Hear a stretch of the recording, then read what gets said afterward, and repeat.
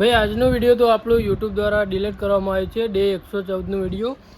કેમ કે ભાઈ આજે મેં મારા નેનો ભાણો હતો એમને ખાલી મેં એમ કીધું હતું કપડાં પહેરવાનું કીધું જોરથી કે તું કપડાં પહેરી દે એમ કીધું. એટલે ભાઈ યુટ્યુબમાં એવું કહેવું થાય છે કે ભાઈ તમારા યુટ્યુબ કમ્યુનિટી ગાઈડલાઇનમાં ભાઈ આ રીતના ચિલ્ડ્રન સેફ્ટી કરીને મારો વિડીયો ડિલીટ વાગી ગયું.